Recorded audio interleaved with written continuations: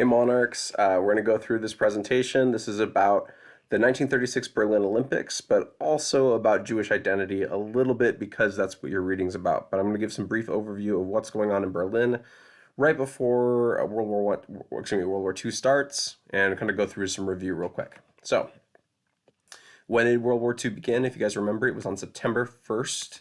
If I click the right thing, September 1st, 1939. This is when Germany invaded Poland. Number two, what happened December 7th, 1941? The Japanese bombed Pearl Harbor, which made the United States eventually declare war on Japan and brought them into World War II because Japan and Germany were allies. They were part of the Axis powers. The Blitzkrieg involved what three steps? Those three steps, if you remember, are air attacks, tanks, and foot soldiers. Inflating money loses its value. Remember that they're printing more and more of it. And because of that, the money just becomes less and less valuable. During World War II, blank Americans were sent to live in internment camps. That is, Japanese Americans. They were, because of the Pearl Harbor attacks, Japanese people were seen as enemies of America. And so Japanese were all stereotyped as having been part of that attack or possibly being loyal to Japan. They basically were like suspicious of all Japanese Americans. Because of that, they put them all in internment camps, some of which were even in California, really large, basically concentration camps of people where people weren't killed like the Nazis did with Jews that were rounded up during the Holocaust, but they were still all put in confined spaces. People did get sick. People did die, but it wasn't like a mass extinction, but it's still a terrible thing that happened. What was the Weimar Republic? It's the provisional government set up in Germany after World War I. It's what Hitler takes over to establish the Nazi Third Reich. What is a scapegoat? I think this answer is going to get cut off for you, but you can look at the answers in the actual presentation if you click through it yourself. It's an individual or any group that's unfairly blamed for problems not of their making. So, for example, remember we talked about how like Trump blames Mexicans for problems facing the United States or blames immigrants in general. In Germany during World War II, Jews were blamed for many of Germany's problems unfairly. Okay. All right, some key terms to understand for today is the Aryan. Aryan is a term used by the Nazis to describe Northwestern European physical characteristics such as blonde hair and blue eyes, and to see them as racially superior. Sometimes they would call them the Aryan race. Hitler saw this as like the idealized person, idealized German. You can see right here it says Der Deutsche Student, which means the German student. And you see how he has blonde hair, blue eyes, very square jawed, almost like Captain America-ish, like very like the idea of like it's the ideal whiteness in a lot of ways. Okay. Führer, and this got cut off in the video a little bit too, I apologize, but a Führer is the German word for leader, adopted by Adolf Hitler in Nazi-controlled Germany. It was used as like his dictator title. All right.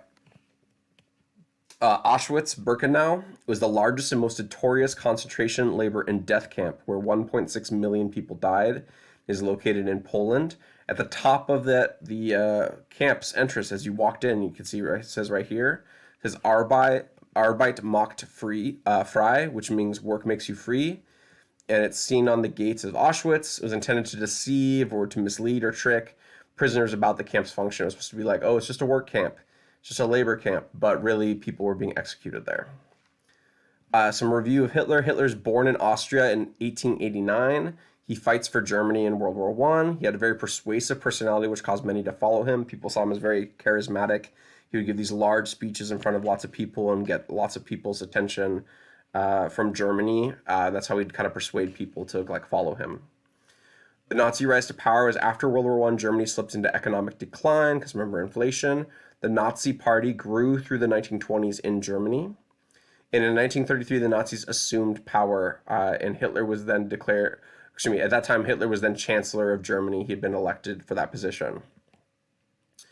Remember they developed a fascist political system. Remember what fascism means? Remember it has racial politics about races being superior. It's all about capitalism and making it that so that your businesses are able to have complete control over what they want to do, as long as they are also making sure that the state, meaning the government, its goals are also followed.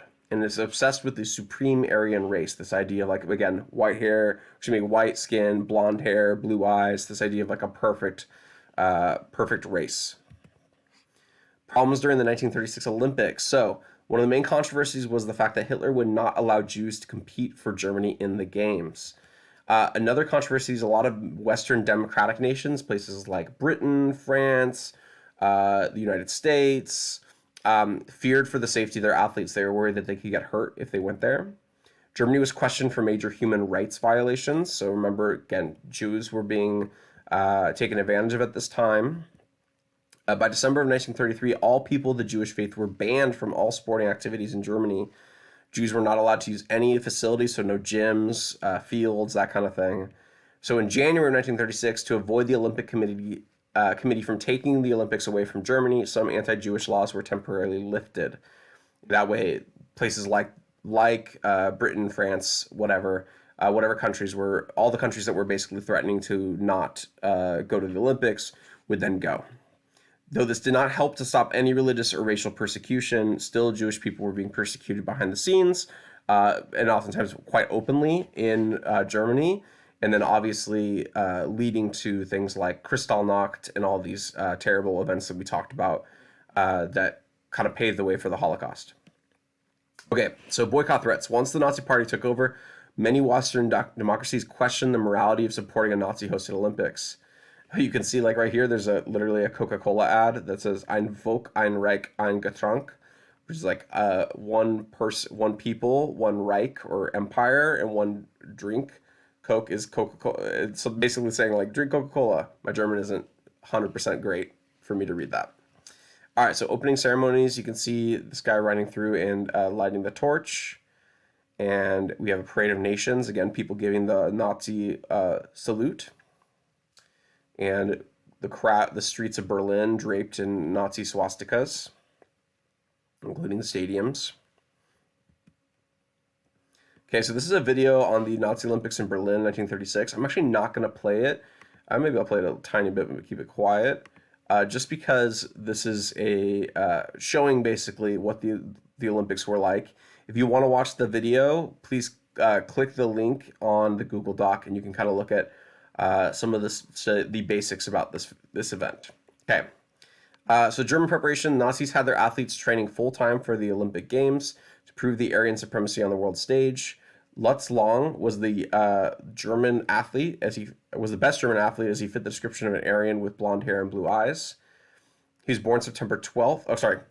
On the other side, we have Jesse Owens, who is a athlete for the United States. He was born September 12th, 1913. In Lawrence County, Alabama. When Owens was 9, his father moved to Cleveland, Ohio. He's a grandson of a former slave. He attended Ohio State University, where he became a track and field national champion. As you can see, Owens right here. Now, this is a video, again, this is on YouTube. You can literally search on YouTube, or you can click on the Google Doc link to watch the regular presentation and kind of click through to this video because I don't want to play it through you. But basically, Jesse Owens ends up winning the championship for winning multiple gold medals. So he was considered inferior by the Nazis, though, because he was not an Aryan. He was black. He was not blonde with blue eyes. He didn't have white skin. His chief German rival was Leslon. Owens defeated Lang in the long jump final. Lang was the first to congratulate Owens, so he actually congratulated him.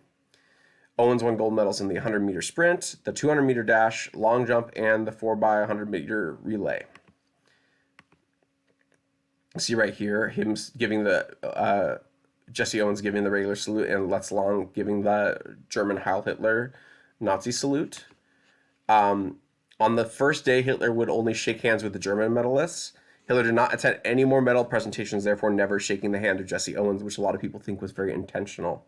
Because again, very all about racial white supremacy. All right, so that's going to do it for the presentation today. Make sure you go through and do the document reading on Jewish identity. I'll see you guys again on Thursday. Have a great day, Monarchs.